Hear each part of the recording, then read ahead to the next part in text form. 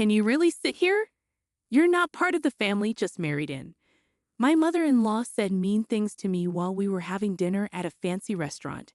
She looked at me with a smirk and waved her hand. I felt so mad but tried to stay calm. Are you telling me to leave? I asked her. I was shaking with anger. Just as I was about to get up and leave, my mother-in-law stopped me. Hold on, if you're leaving early, who's going to pay the bill? Give me the money.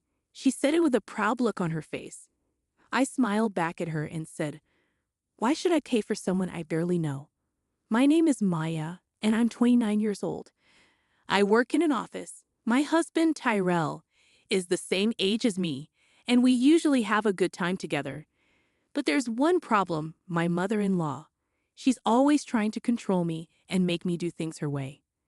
My mother-in-law lives close by, so she often visits our house without being asked and keeps complaining about everything. She always has something to say about my cooking, saying it's not good enough for her son. She also criticizes how I keep the house, calling me a failure. Even though she knows I work during the day, she comes in the evening and mocks me for being at home. But she acts differently when my husband is around, so he doesn't believe me when I tell him about her behavior. He thinks she's fine because he hasn't seen her being mean to me. She seems normal at first, so my husband doesn't understand how bad it really is. Now things have gotten worse. She even has a key to our house that my husband gave her, and she uses it to come in whenever she wants, complaining about cleaning and cooking.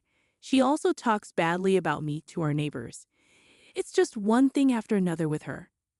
I've been telling my husband for a while now that I want us to move far away from my in-laws, but he's been too busy with a big project at work to take me seriously. Then something good happened. My husband got a promotion. His project was a big success, so he got promoted and he'll be making more money now. Now that we're making more money, what do you think about starting a family? But if we're going to have kids, I want to live in a place that's good for them. There aren't many places for kids to play around here, and not many daycare centers. Don't you think it's time we moved? Finally, my husband agreed that we should move. I was happier about this than I was about his promotion, but that happiness didn't last long. The next day, my mother-in-law showed up at our house unannounced like usual. I was annoyed, thinking she was going to nag me again, but this time it was different. I want to celebrate my son's promotion by taking him to a fancy restaurant. It's really expensive, but the food is great, and everyone there is very nice, she said. That sounds nice. Good for you, I replied. You're still not very friendly, she said. Anyway, I want you to come with us. Please come. I'll see if I can, but it might not work out, I said. Don't say that. We want you to come, she insisted. Even though I said I might not be able to make it, my mother-in-law just smiled and left. She used to exclude me from things, but now she's inviting me and saying she'll wait. Something's up. When I asked my husband about it later, he said he had already agreed to go with her. She booked the restaurant for us, and I'm excited about it, he said. You're excited about this, right, Maya? My husband asked.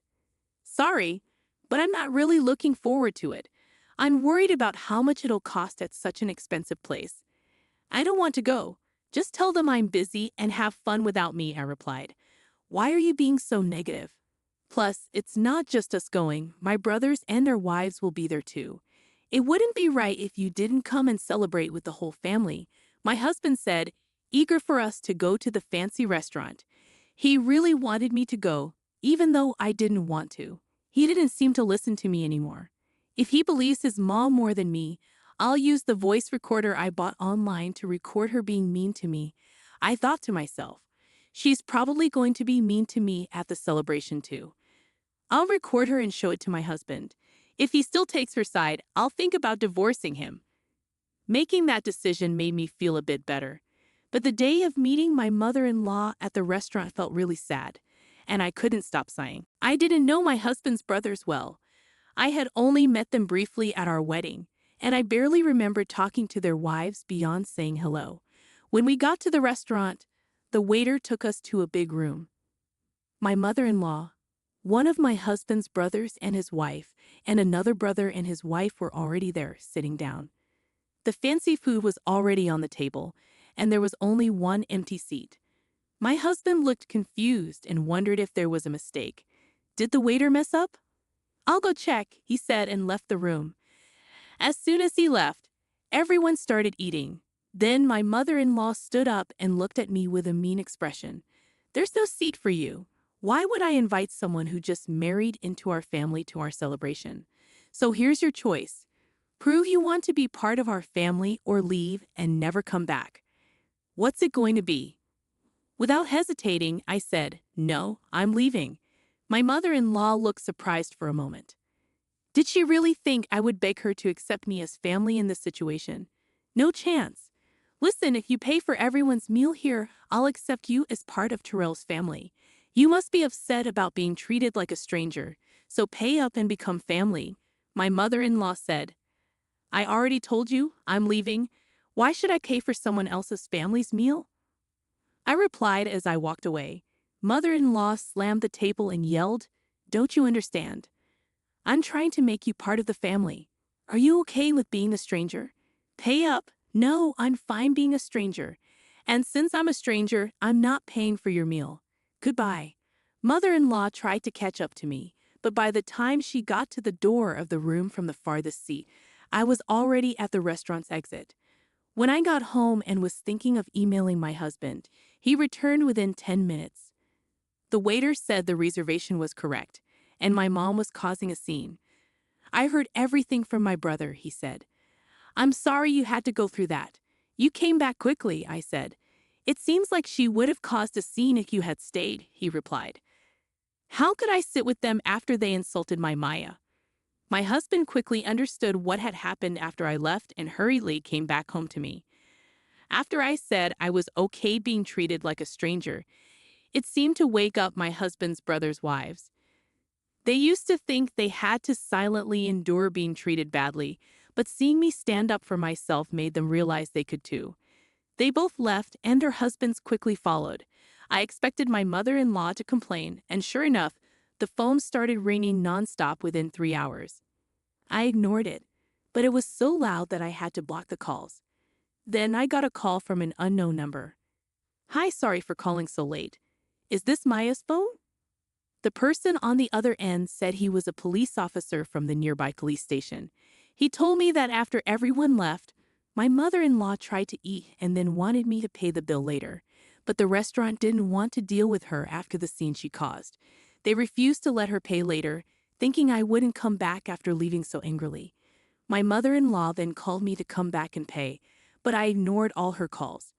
The restaurant suggested she pay with a card. But my mother-in-law didn't have a credit card and didn't have enough cash to pay for everyone's meals. She tried calling other family members to help, but nobody picked up. Eventually, she got really angry and started yelling that it was all my fault. She got so mad that she started breaking expensive vases and flower pots in the restaurant, which made the staff call the police. The police tried to calm her down, but she kept saying she wasn't wrong. The restaurant didn't just have an unpaid bill but also had to deal with a difficult customer, so they asked someone to take her home. Feeling bad for ignoring the police's calls, we reluctantly went back to the restaurant. When we got there, the police were trying to calm my mother-in-law down. She had her arms crossed and then suddenly screamed when she saw me, "You're useless. This happened because you didn't pay the bill. It's only right to help your mother, isn't it? Pay up now." I was shocked that she would say something so threatening even with the police there. The police told us that if nobody took her home, they would either drive her to her in-laws' house in their car or arrest her for not paying the restaurant bill. When I said, "Take her away, arrest her, or whatever, just make her take responsibility," with a serious tone, my mother-in-law looked shocked. She said, "How can you say something so heartless? I can't believe it. Just pay the bill. It's not good to have a family member arrested." I replied, "I don't care. I'm not family, and I don't want to be around someone who acts crazy and causes trouble." As I tried to leave the restaurant and let the police handle it, my husband, who had been quiet, gave me a stern look. He said, "I know what happened to Maya was wrong, but is it really worth getting arrested over?" I replied, That's not the point. She's in trouble because she didn't pay the bill and caused a scene. It has nothing to do with me. Or are you saying it's my fault for not paying for 6 people's meals even though I didn't eat? My husband didn't say anything, but he walked past me and went to talk to the police and the restaurant staff. I knew what my husband was going to do when he walked away, so I called out to him, "If you pay for her meal and make it up to her, we're getting divorced." Think about that. But my husband didn't say anything and took out his wallet. I sighed and left the restaurant. I walked home, packed my things, and got ready to leave. Just before the day changed, my husband came back. He said, "Mom's not getting arrested." It turns out she was really wrong. The restaurant said they'd forgive her if I paid them back and promised she wouldn't come back. I didn't have enough money, so I called my brothers for help. My husband kept talking about what happened after I left, looking tired. Maybe because I didn't react much, he came over to me looking upset. "What's with the bags?" he asked. "I'm getting ready to leave because we're getting divorced." "I told you if you took her side, we'd get divorced. You can't pretend you didn't hear me," I said to my husband as he watched me pack with surprise. Then he started shouting, "What's going on today? You've been acting weird all day. I know Mom did something bad, but why do we have to get divorced? I already told you I'm being mistreated, and even when you see proof and hear others talk about it, you still choose your almost arrested mom over me. Is it weird that I want to divorce someone like that?" "I've had enough," I replied. My husband kept talking, but I didn't really listen. I got ready to leave and also got the paperwork for the divorce. The next morning, I got the divorce papers and signed them right away. My husband didn't want to get divorced, but when I said I'd get a lawyer, he reluctantly signed. Then I submitted the papers. Finally, I could go back to being a stranger.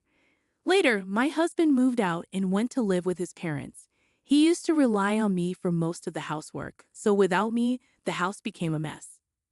He didn't like the messy house and decided to cancel the apartment lease and go back to his parents' home. The older and younger brothers ended up doing the same. When my husband asked them for help with paying back the restaurant, they got into big fights with their wives. The wives said they shouldn't have to pay for something that wasn't their fault, but the brothers used their own money to help their mom without asking their wives. And they believed their mom's words that their wives were being unreasonable and might get them arrested. Seeing them disrespect me made their love for their wives fade away, and they were faced with divorce right then and there. They also went back to their parents' home, saying they didn't want to do housework. So in the end, my mother-in-law and the 3 childish brothers all went back to their parents' house. Now there could talk of the neighborhood, with everyone saying the brothers were abandoned by their wives. Mother-in-law calls it nonsense and tries to explain how useful and ungrateful we wives were. The husbands heard the story and just nodded smugly, saying, "I knew it was the wife's fault." Divorcing them was the best choice. Luckily, I had good relationships with my neighbors, and nobody believed those stories. Mother-in-law earned a reputation as a mom who didn't do a good job raising her sons, and the husbands were known as mama's boys who always took their mother's side instead of supporting their wives. Even though my angry mother-in-law and the husbands tried to reach out to me, I had changed my contact details and moved to a new place. They couldn't find us in the end and are probably still grumbling about it. Not having to deal with my mother-in-law's stress is a big relief, and making new friends has made a big difference too. During the divorce, I became friends with the ex-wives of my husband's brothers. We bonded over our shared frustrations with my mother-in-law. Now we often hang out, go out to eat, and shop together on weekends. I might even have to thank my ex-husband for introducing me to such wonderful friends. It's great to be free to do what we want now. It might seem obvious, but it feels really freeing. I want to live our lives without getting involved with people like my mother-in-law. I'm grateful to my new friends. If it weren't for them, I might still be living alone. They've made me feel happy and not lonely. I'm truly thankful, and I hope our friendship lasts forever.